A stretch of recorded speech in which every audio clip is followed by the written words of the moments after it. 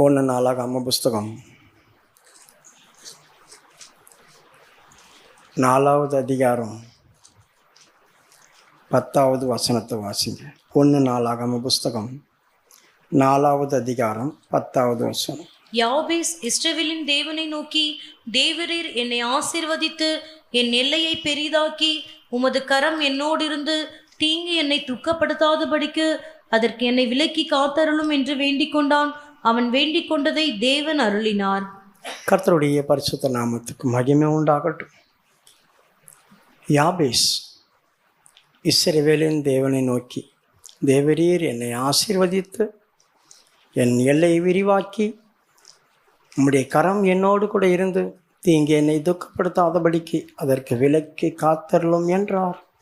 அவன் சொல்லி முடிக்கும்போது கர்த்தர் அவன் ஜெபத்துக்கு ஆன்சர் கொடுக்கிறார். பிரியமானவர்களே,